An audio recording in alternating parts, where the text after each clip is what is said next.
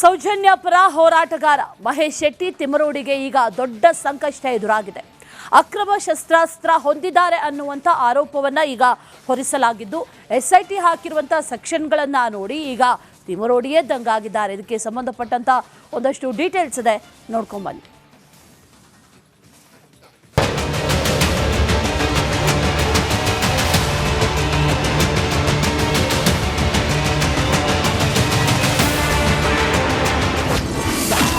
ಮಹೇಶ್ ತಿಮರೋಡಿಗೆ ಮತ್ತೆ ನೋಟಿಸ್. ಈ ಬಾರಿ ದೊಡ್ಡ ಮಟ್ಟದ ಸಂಕಷ್ಟ ಫಿಕ್ಸ್. ಮಹೇಶ್ ಶೆಟ್ಟಿ ತಿಮರೋಡಿಗೆ ಮತ್ತೆ ನೋಟಿಸ್ ನೀಡಲಾಗಿದೆ. ಉಜಿರೆಯಲ್ಲಿರುವ ಮನೆಯಲ್ಲಿ ಮಹೇಶ್ ಶೆಟ್ಟಿ ತಿಮರೋಡಿ ಇಲ್ಲದ ಹಿನ್ನೆಲೆ ಬೆಳ್ತಂಗಡಿ ಪೊಲೀಸರು ಮನೆಯ ಗೋಡೆಗೆ ನೋಟಿಸ್ ಅಂಟಿಸಿ ಬಂದಿದ್ದಾರೆ. ಇದೇ ಸೆಪ್ಟೆಂಬರ್ 21ಕ್ಕೆ ವಿಚಾರಣೆಗೆ ಹಾಜರಾಗುವಂತೆ ಸೂಚನೆ ನೀಡಲಾಗಿದೆ. ಆರ್ಮ್ಸ್ ಆಕ್ಟ್ ನ ಅಡಿ ಎಫ್ಐಆರ್ ಬೆನ್ನಲ್ಲೇ ಮಹೇಶ್ ಶೆಟ್ಟಿ ತಿಮರೋಡಿಗೆ ಸಂಕಷ್ಟ ಶುರುವಾಗಿದೆ. ವಶಕ್ಕೆ ಪಡೆದ ಬಂದೂಕಿನ ಪರವಾನಗಿ ತೋರಿಸದೇ ಇದ್ರೆ ತಿಮರೋಡಿ ವಿರುದ್ಧ ಕ್ರಮ ಆಗುವಂತ ಸಾಧ್ಯತೆ ಇದೆ. ಶಸ್ತ್ರಾಸ್ತ್ರ ಕಾಯ್ದೆಯ ಅಡಿಯಲ್ಲಿ ಲೈಸೆನ್ಸ್ ಹೊಂದಿದ್ದಾರಾ ಇಲ್ಲವಾ ಅನ್ನೋದನ್ನ ಬೆಳ್ತಂಗಡಿ ಪೊಲೀಸರು ಪರಿಶೀಲನೆ ನಡೆಸುತ್ತಿದ್ದಾರೆ. ಶಸ್ತ್ರಾಸ್ತ್ರಗಳು ಮನೆಯಲ್ಲಿ ಇದ್ದಿದ್ದಕ್ಕೆ ತಿಮರೋಡಿ ಬಂಧಿಸಿ ವಿಚಾರಣೆ ನಡೆಸೋ ಸಾಧ್ಯತೆ ಕೂಡ ಇದೆ. ಆರ್ಮ್ಸ್ ಆಕ್ಟ್ ಪ್ರಕಾರ ಯಾವುದೇ ಶಸ್ತ್ರಾಸ್ತ್ರ ಅಥವಾ ಗುಂಡುಗಳನ್ನು ಹೊಂದಲು ಸಂಬಂಧಿಸಿದ ಲೈಸೆನ್ಸ್ ಇರಬೇಕು. ಪೊಲೀಸರು ವಶಪಡಿಸಿಕೊಂಡಿರುವ ಬಂದೂಕಿಗೆ ಲೈಸೆನ್ಸ್ ಇದ್ರೆ ತನಿಖಾ ಅಧಿಕಾರಿಯ ಮುಂದೆ ಸಲ್ಲಿಸಲು ಅವಕಾಶ ಇದೆ. ತಿಮರೋಡಿ ಜೈಲ್ಗೆ. ಎಸ್ಐಟಿ ಅಧಿಕಾರಿಗಳು ತಿಮರೋಡಿ ವಿರುದ್ಧ 7 ವರ್ಷಕ್ಕೂ ಹೆಚ್ಚು ಜೈಲು ಶಿಕ್ಷೆ ಆಗಬಲ್ಲ ಸೆಕ್ಷನ್ ಹಾಕಿದ್ದಾರೆ. ಈಗ ಹಾಕಿರುವ ಸೆಕ್ಷನ್ ಜಾಮೀನು ರಹಿತ ಸೆಕ್ಷನ್ ಅನ್ಸ್ಕೊಂಡಿದ್ದು ಈ ಸೆಕ್ಷನ್ ಹಾಕಿದ್ರೆ ನೋಟಿಸ್ ನೀಡದೆ ಬಂಧಿಸುವ ವಿಚಾರ ತನಿಖಾಧಿಕಾರಿ ವಿವೇಚನೆಗೆ ಬಿಟ್ಟಿದ್ದು. ಆರೋಪ ಸಾಬೀತಾದ್ರೆ ಆರ್ಮ್ಸ್ ಆಕ್ಟ್ 1950ರ ಅಡಿಯಲ್ಲಿ ಸೆಕ್ಷನ್ 25 ಸಬ್ ಕ್ಲಾಸ್ 1A ಪ್ರಕಾರ 7 ವರ್ಷ ಶಿಕ್ಷೆ, ಆರ್ಮ್ಸ್ ಆಕ್ಟ್ 1950ರ ಅಡಿಯಲ್ಲಿ ಸೆಕ್ಷನ್ 25 ಸಬ್ ಕ್ಲಾಸ್ 1B ಪ್ರಕಾರ 10 ವರ್ಷ ಜೈಲು ಶಿಕ್ಷೆ ವಿಧಿಸಬಹುದು. ತಿಮರೋಡಿ ಬಳಿ ಇರೋ ಶಸ್ತ್ರಾಸ್ತ್ರಗಳ ಅವಧಿ ಮುಗಿದಿದ್ರೆ, ಸಸ್ಪೆಂಡ್ ಆಗಿದ್ರೆ ಅಥವಾ ಬೇರೆ ಪ್ರದೇಶಕ್ಕೆ ಮಾತ್ರ ಮಾನ್ಯವಾಗಿದ್ರೆ ಅದು ಅಪರಾಧ ಆಗಿರುತ್ತೆ. ಆರ್ಮ್ಸ್ ಆಕ್ಟ್ 25ರ ಅಡಿಯಲ್ಲಿ ನೋಟಿಸ್ ಬದಲು ನೇರವಾಗಿ ಬಂಧನ ಮಾಡುವ ಅವಕಾಶ ಇದೆ. Bureau report, Republic Kannada. Soujanya ಪರ ಹೋರಾಟಗಾರ ಮಹೇಶ್ ಶೆಟ್ಟಿ ತಿಮರೋಡಿಗೆ ಈಗ ದೊಡ್ಡ ಸಂಕಷ್ಟ ಎದುರಾಗಿದೆ. ಅಕ್ರಮ ಶಸ್ತ್ರಾಸ್ತ್ರ ಹೊಂದಿದ್ದಾರೆ ಅನ್ನುವಂಥ ಆರೋಪವನ್ನ ಈಗ ಹೊರಿಸಲಾಗಿದ್ದು ಎಸ್ಐಟಿ ಹಾಕಿರುವಂಥ ಸೆಕ್ಷನ್ಗಳನ್ನು ನೋಡಿ ಈಗ ತಿಮರೋಡಿಯೇ ದಂಗಾಗಿದ್ದಾರೆ. ಇದಕ್ಕೆ ಸಂಬಂಧಪಟ್ಟಂತ ಒಂದಷ್ಟು ಡೀಟೇಲ್ಸ್ ಇದೆ, ನೋಡ್ಕೊಂಬನ್ನಿ.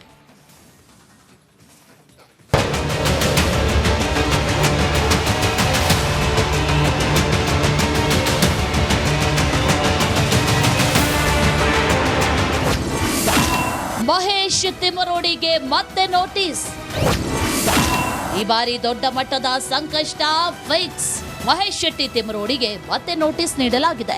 ಉಜಿರೆಯಲ್ಲಿರುವ ಮನೆಯಲ್ಲಿ ಮಹೇಶ್ ಶೆಟ್ಟಿ ತಿಮರೋಡಿ ಇಲ್ಲದ ಹಿನ್ನೆಲೆ ಬೆಳ್ತಂಗಡಿ ಪೊಲೀಸರು ಮನೆಯ ಗೋಡೆಗೆ ನೋಟಿಸ್ ಅಂಟಿಸಿ ಬಂದಿದ್ದಾರೆ. ಇದೇ ಸೆಪ್ಟೆಂಬರ್ 21ಕ್ಕೆ ವಿಚಾರಣೆಗೆ ಹಾಜರಾಗುವಂತೆ ಸೂಚನೆ ನೀಡಲಾಗಿದೆ.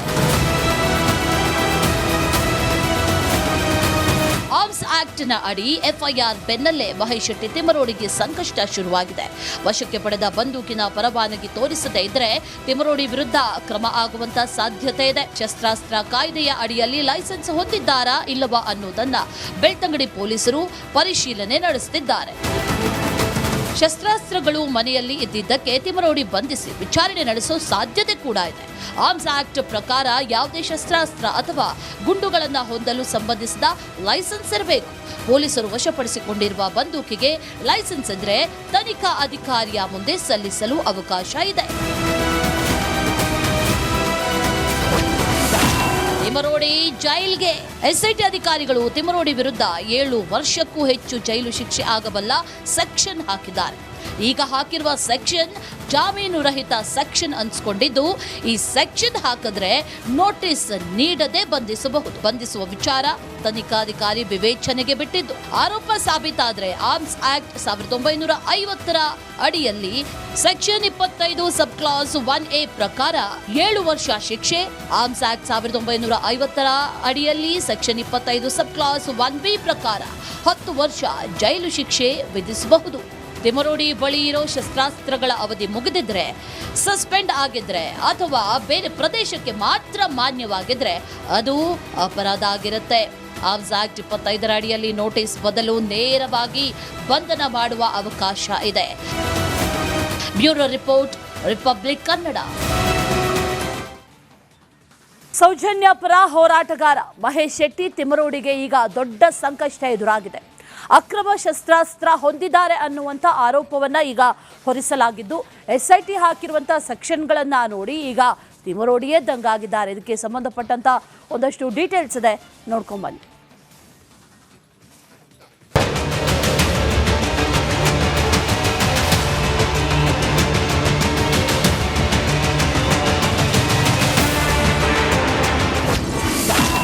ಮಹೇಶ್ ತಿಮರೋಡಿಗೆ ಮತ್ತೆ ನೋಟಿಸ್.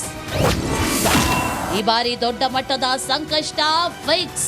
ಮಹೇಶ್ ಶೆಟ್ಟಿ ತಿಮರೋಡಿಗೆ ಮತ್ತೆ ನೋಟಿಸ್ ನೀಡಲಾಗಿದೆ. ಉಜಿರೆಯಲ್ಲಿರುವ ಮನೆಯಲ್ಲಿ ಮಹೇಶ್ ಶೆಟ್ಟಿ ತಿಮರೋಡಿ ಇಲ್ಲದ ಹಿನ್ನೆಲೆ ಬೆಳ್ತಂಗಡಿ ಪೊಲೀಸರು ಮನೆಯ ಗೋಡೆಗೆ ನೋಟಿಸ್ ಅಂಟಿಸಿ ಬಂದಿದ್ದಾರೆ. ಇದೇ ಸೆಪ್ಟೆಂಬರ್ 21ಕ್ಕೆ ವಿಚಾರಣೆಗೆ ಹಾಜರಾಗುವಂತೆ ಸೂಚನೆ ನೀಡಲಾಗಿದೆ. ಆರ್ಮ್ಸ್ ಆಕ್ಟ್ನ ಅಡಿ FIR ಬೆನ್ನಲ್ಲೇ ಮಹೇಶ್ ಶೆಟ್ಟಿ ತಿಮರೋಡಿಗೆ ಸಂಕಷ್ಟ ಶುರುವಾಗಿದೆ.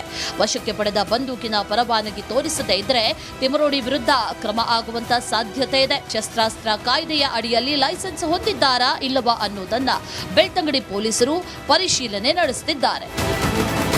ಶಸ್ತ್ರಾಸ್ತ್ರಗಳು ಮನೆಯಲ್ಲಿ ಇದ್ದಿದ್ದಕ್ಕೆ ತಿಮರೋಡಿ ಬಂಧಿಸಿ ವಿಚಾರಣೆ ನಡೆಸೋ ಸಾಧ್ಯತೆ ಕೂಡ ಇದೆ. ಆರ್ಮ್ಸ್ ಆಕ್ಟ್ ಪ್ರಕಾರ ಯಾವುದೇ ಶಸ್ತ್ರಾಸ್ತ್ರ ಅಥವಾ ಗುಂಡುಗಳನ್ನು ಹೊಂದಲು ಸಂಬಂಧಿಸಿದ ಲೈಸೆನ್ಸ್ ಇರಬೇಕು. ಪೊಲೀಸರು ವಶಪಡಿಸಿಕೊಂಡಿರುವ ಬಂದೂಕಿಗೆ ಲೈಸೆನ್ಸ್ ಇದ್ರೆ ತನಿಖಾ ಅಧಿಕಾರಿಯ ಮುಂದೆ ಸಲ್ಲಿಸಲು ಅವಕಾಶ ಇದೆ. ತಿಮರೋಡಿ ಜೈಲ್ಗೆ. SIT ಅಧಿಕಾರಿಗಳು ತಿಮರೋಡಿ ವಿರುದ್ಧ 7 ವರ್ಷಕ್ಕೂ ಹೆಚ್ಚು ಜೈಲು ಶಿಕ್ಷೆ ಆಗಬಲ್ಲ ಸೆಕ್ಷನ್ ಹಾಕಿದ್ದಾರೆ. ಈಗ ಹಾಕಿರುವ ಸೆಕ್ಷನ್ ಜಾಮೀನು ರಹಿತ ಸೆಕ್ಷನ್ ಅನ್ಸ್ಕೊಂಡಿದ್ದು, ಈ ಸೆಕ್ಷನ್ ಹಾಕಿದ್ರೆ ನೋಟಿಸ್ ನೀಡದೆ ಬಂಧಿಸುವ ವಿಚಾರ ತನಿಖಾಧಿಕಾರಿ ವಿವೇಚನೆಗೆ ಬಿಟ್ಟಿದ್ದು. ಆರೋಪ ಸಾಬೀತಾದ್ರೆ ಆರ್ಮ್ಸ್ ಆಕ್ಟ್ 1950 ಅಡಿಯಲ್ಲಿ ಸೆಕ್ಷನ್ 25 ಸಬ್ ಕ್ಲಾಸ್ 1A ಪ್ರಕಾರ 7 ವರ್ಷ ಶಿಕ್ಷೆ, ಆರ್ಮ್ಸ್ ಆಕ್ಟ್ 1950 ಅಡಿಯಲ್ಲಿ ಸೆಕ್ಷನ್ 25 ಸಬ್ ಕ್ಲಾಸ್ 1B ಪ್ರಕಾರ 10 ವರ್ಷ ಜೈಲು ಶಿಕ್ಷೆ ವಿಧಿಸಬಹುದು. ತಿಮರೋಡಿ ಬಳಿ ಇರೋ ಶಸ್ತ್ರಾಸ್ತ್ರಗಳ ಅವಧಿ ಮುಗಿದಿದ್ರೆ, ಸಸ್ಪೆಂಡ್ ಆಗಿದ್ರೆ ಅಥವಾ ಬೇರೆ ಪ್ರದೇಶಕ್ಕೆ ಮಾತ್ರ ಮಾನ್ಯವಾಗಿದ್ರೆ ಅದು ಅಪರಾಧ ಆಗಿರುತ್ತೆ.